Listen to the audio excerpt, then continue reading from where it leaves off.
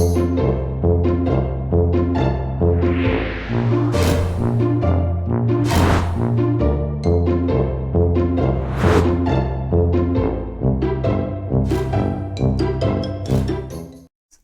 we'll be reading The Children of Lir, as retold by Laoghaire-Rathdown and illustrated by Conor Busuttil with the kind permission of O'Brien Press.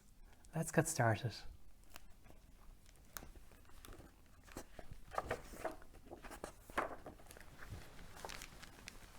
On a little green island, in the days of old, a story of magic and courage was told. There once stood a fortress, 4 children lived here, and along with their father, the mighty King Lir. The children were cheerful, they laughed and they played. Fionnuala was the eldest, and next there came Aid. Fiacre was the tallest, and smallest was Con. They hopped, skipped and jumped from dusk till dawn. One day, while the children played hurling outside, Lir looked at them, laughing. It filled him with pride. He gazed at the sun and the birds in the sky, but was suddenly startled by a strange passer-by. They were covered in rags and bent like a spoon. Lir expected no visitors on this bright afternoon. He became wary when this wanderer appeared, but he was brave and courageous. There was nothing he feared. From out of the window he yelled, "Who goes there?" The stranger stepped forward and let down her red hair. Her rags disappeared. She stood tall, straight and narrow. Her beauty pierced Lir like fast-moving arrow. "A woman," said Lir, "here at my fortress. I am always quite careful not to give out my address." The children ran over. They were truly excited. A new mother, they thought, and became quite delighted. "I am Aoife," she said, "and have travelled so far. I have heard all about the great king that you are." As soon as Lir saw her, his heart filled with love. It fluttered so fast, like the wings of a dove. At once they were married. Now Aoife was queen, but beneath her great beauty lay a heart that was mean. Lir's love for his children made her seethe in dismay. Her hatred and jealousy grew day by day. The children tried hard to keep this joyous and glad. Their father was happy, but their new mam made them sad. "Be brave and courageous, like father," they'd say. "Look after each other, we'll all be okay."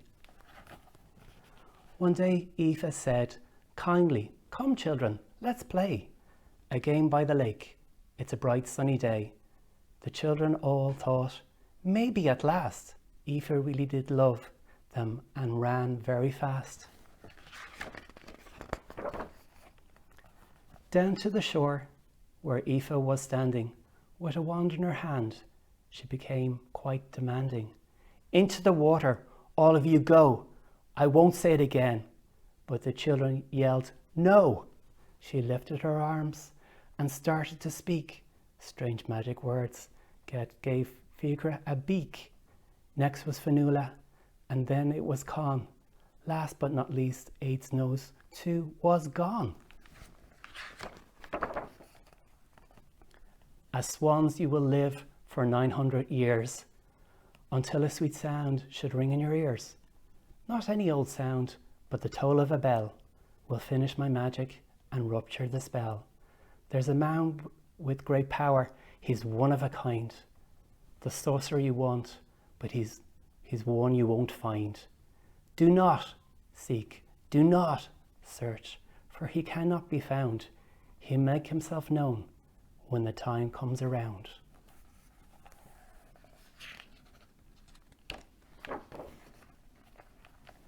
Wings, white feathers, and a beak and webbed feet.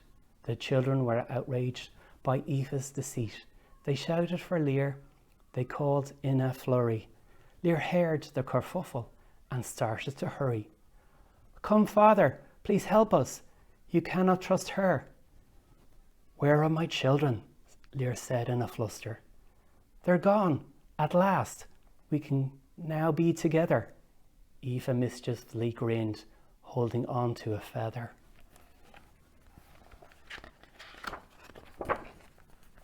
The king, he got angry. Oh, he got mad. He used all the powers and magic he had to curse his wife Aoife, this hateful, vile queen, into an air demon, no more to be seen. Lir started to cry. He ran to the water. "These birds do not look like my sons and my daughter." Con swam to his father. He beckoned the others. Swans they may be, but still sister and brothers.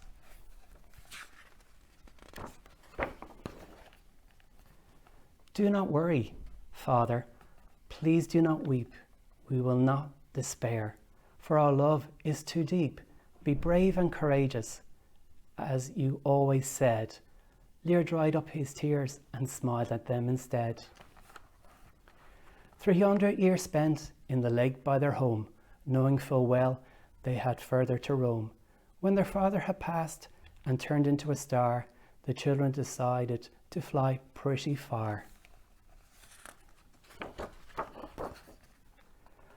Across the sea of Moyle for 300 more, up high in the sky, through harsh winds they would soar.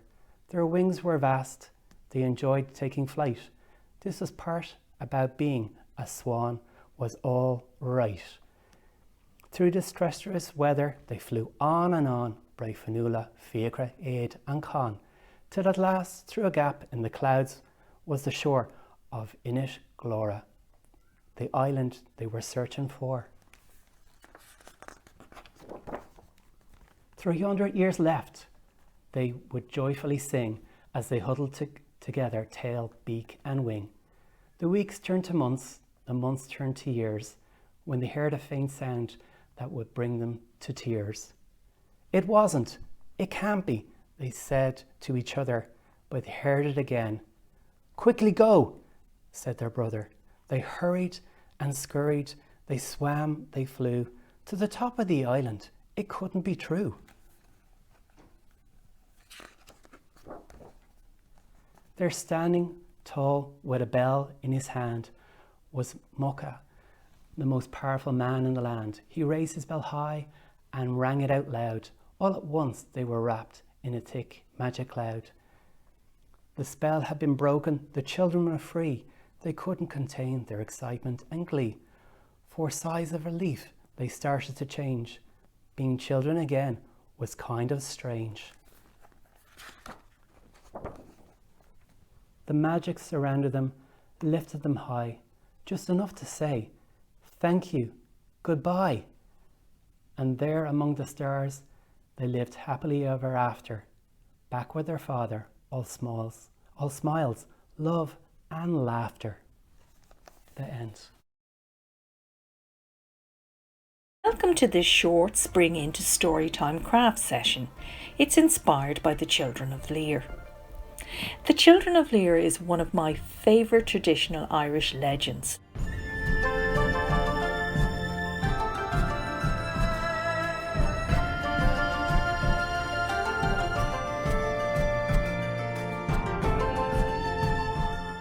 As it takes a little bit of skill to draw around your own hand, it might be fun for the little ones to draw around an adult's hand.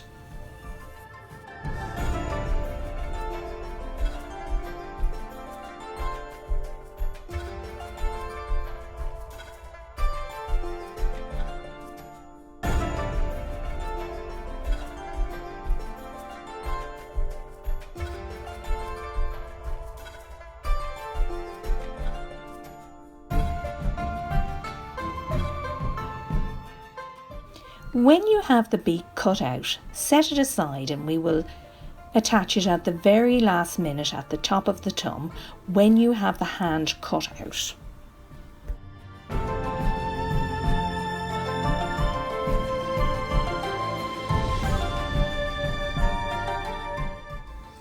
Draw 2 webbed feet as shown in this slide, and also you'll need to round off the swan at the top of the hand at the wrist.